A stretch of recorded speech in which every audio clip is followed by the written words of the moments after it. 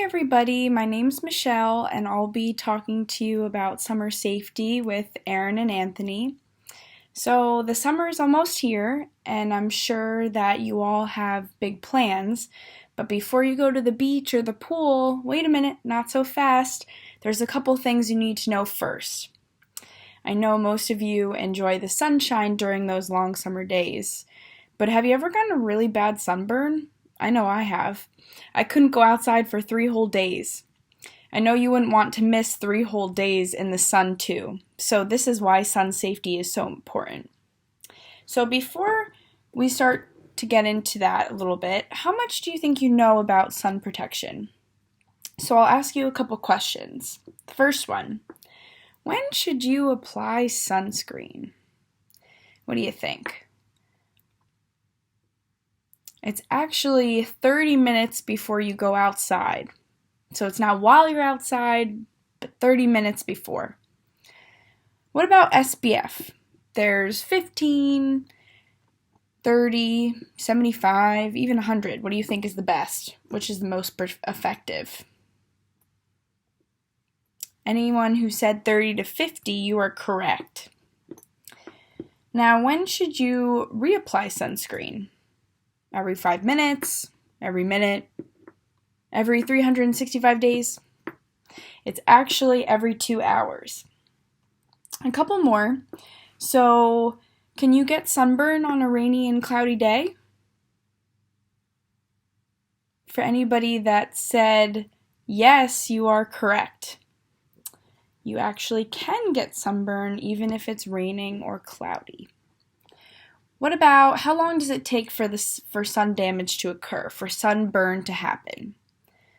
Is it an hour, 15 minutes, 10 minutes, 40 days? It's 15 minutes. Good job.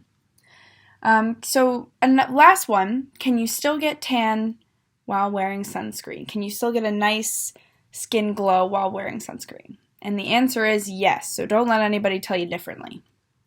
Okay, so now that we know about a little bit more about sunscreen, when it should be applied, let's go put some on. So come on. Okay, so now let's put some sunscreen on. So I have this here, which is also SPF 30, and I also have this one, this little tiny one. So this tiny one actually has zinc in it. It's an element on the periodic table. So let's see what the difference is between these two. So I'm just gonna snake it up the arm. You don't have to do that. I'm just doing it for special effect. And now you just rub it in. Okay. I put a little too much on this arm.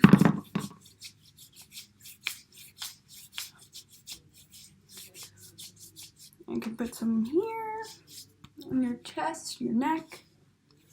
I can even put some on my face.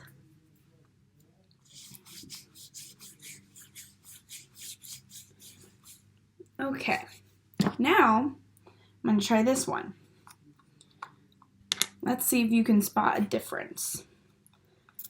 So this one, oops. Okay, so here's this one. I'm going to put it, So this one is a little harder to rub in. So what zinc does is zinc acts as a physical blocker. So it's like my own personal shield against the sun. Don't forget your lips, ears, neck, and my wrists. Okay, and now we wait 30 minutes.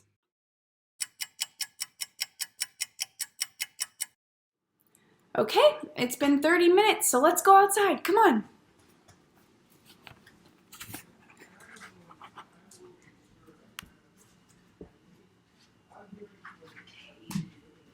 This way. Watch your step.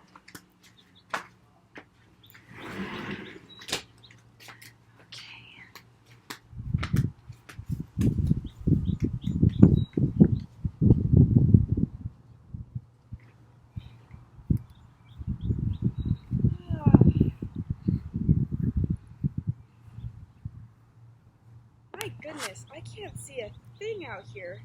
I wonder if there's anything I could use to protect my eyes.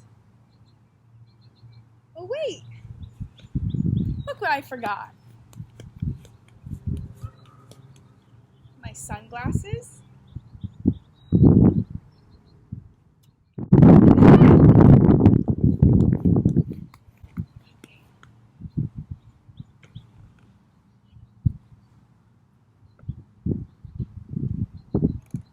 Alright, so you've learned that the most effective SPF is between 30 and 50. Now you can get sunscreen with zinc in it, which was harder to rub in, or regular sunscreen. But wearing sunscreen at all is better than not wearing any. So I hope that you continue to use these tricks. Always bring glasses and a hat with you, and just enjoy the sun. Wow, it's getting really hot out here. Oh wait, look, Erin's having a pool party. But wait, before you go, take this. Now that you know how to protect yourself in the sun, let's talk about some safety tips for swimming. Like you, I can't wait to get back to playing outside with my friends. Before we start, just take a minute to think about where you like to go swimming. The beach, the pool.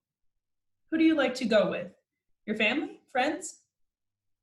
Have you ever done swimming lessons? Maybe when you were younger or still now? We're going to do a quick activity that you can participate in from home.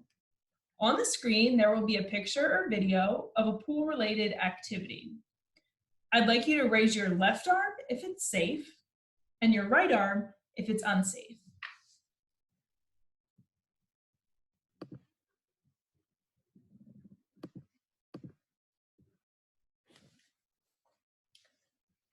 We will go through the correct answers all together. The first few have to do with getting ready to swim. Is it safe or unsafe to bring your electronics by the pool? Right arm's up. That's unsafe. Let's see how well you paid attention to Michelle's lesson. Is putting sunscreen on often safe or unsafe? Safe.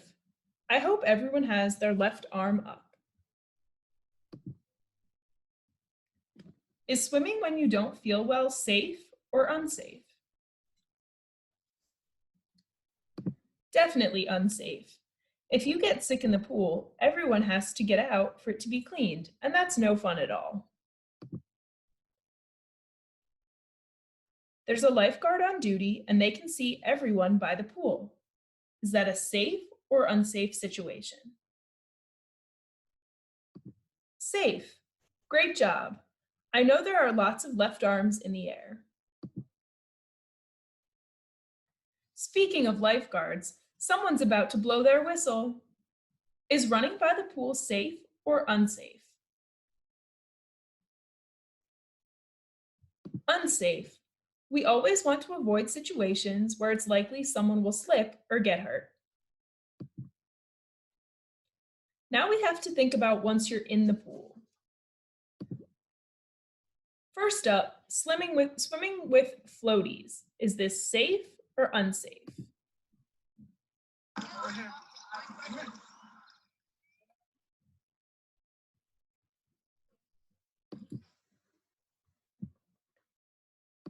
I hope everyone has their left arm in the air. It's always safe to use a flotation device if you're not confident in the pool.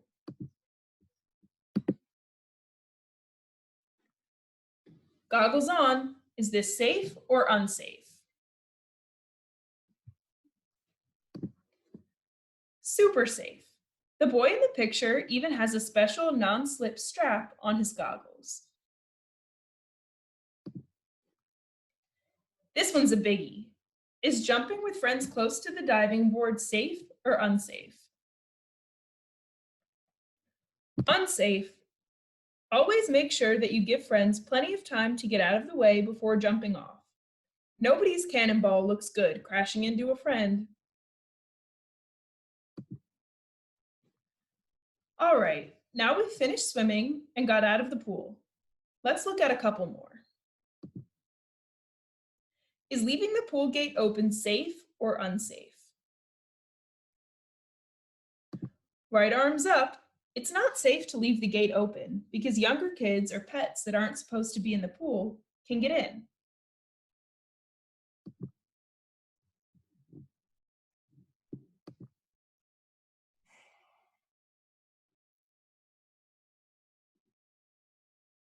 Rinsing off before and after swimming. Is that safe or unsafe? Safe. It's always good to rinse the chlorine off your skin before too long.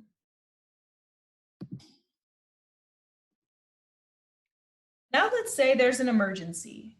If someone falls in or needs help, what can you do? The first step is to yell loudly for an adult. If there's no one around to help, call 911. But remember that you shouldn't be swimming without supervision to begin with.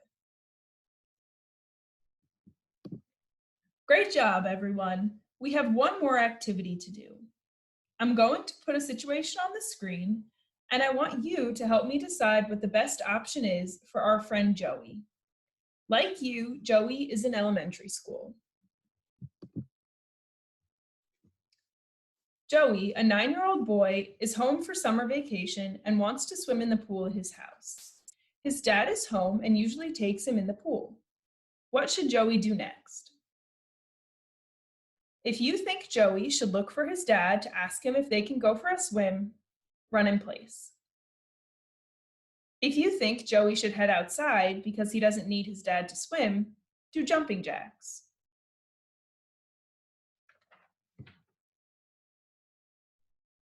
Looking for his dad is a much safer choice. Great job.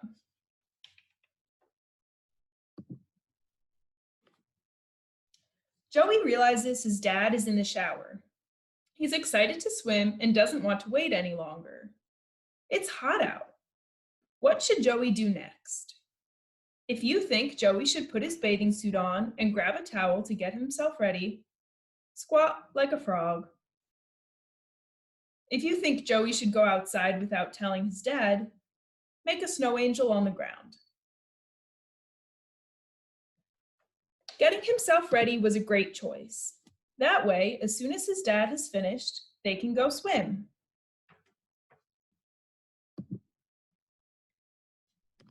Joey is all dressed to swim.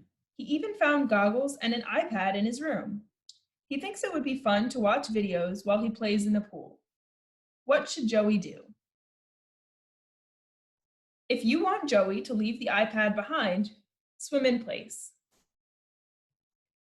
If you think it's a good idea to bring electronics by the water, jump in place.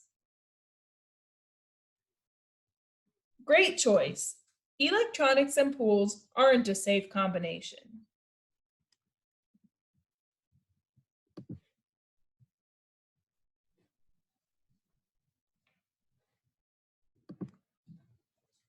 You did a great job. I hope you learned something about pool safety today. Next, we're going to talk about an important thing to do during a long day of swimming or playing outside. Drinking water. Wow, thanks, Aaron. I can't really drink that pool water, though. Also, kids, remember to check the CDC guidelines before going out to your community pool.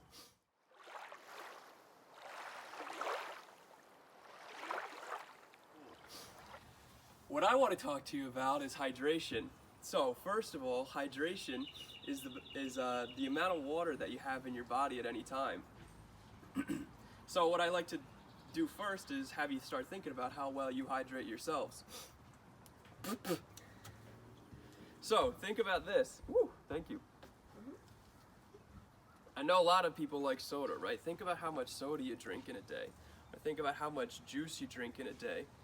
How much milk or something like that. And then think about how much water you drink every day. Here, come with me. I'll show you how much water you're supposed to be drinking.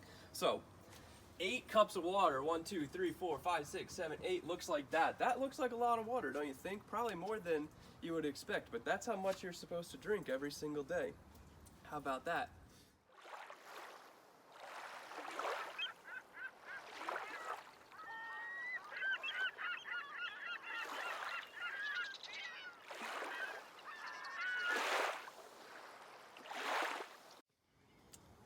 Now, water is really important for you. 70% of the body is water. That's a lot.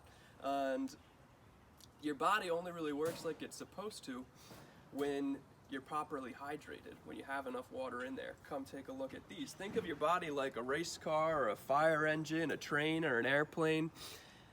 Your body you're just like those. When you have to refuel them, your body only works when it's refueled with water too.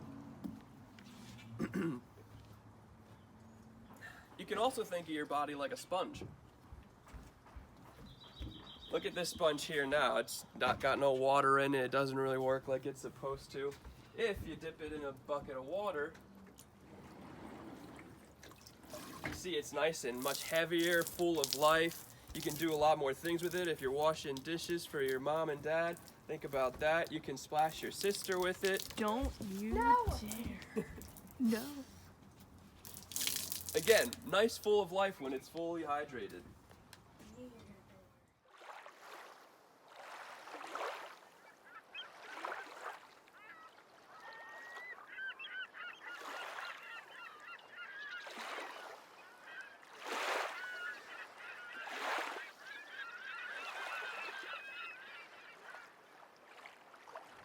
So now let's talk about bad things that can happen if you don't drink water. First of all, you're gonna feel overall like just tired, maybe lazy, definitely thirsty all day, and that's not fun. It also affects your brain. So think about when you spin around real fast and you get real dizzy. When you're dehydrated, that can happen to you too. It also can, lead to bad concentration when you're in class or when you're doing your chores. It can be bad for your skin if you're not properly hydrated too. You get chapped lips or dry skin all over the place. It's easier for you to get cuts and scrapes, and that's not really good. Again, just to recap, drinking water is really good for your health overall. So, last thing I want to talk to you about is sort of ways to check your hydration status and to make sure that you're all good throughout the day.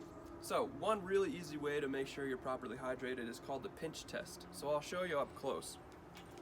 When you do the pinch test, you pinch up the skin on the back of your hand like this, and then let it go. What should happen is what just happened with me. I'm nice and well hydrated. You can see the skin just flattens back nice and easy. If you're dehydrated, you might see that skin stay up in this little tented position, and it might not recoil so fast.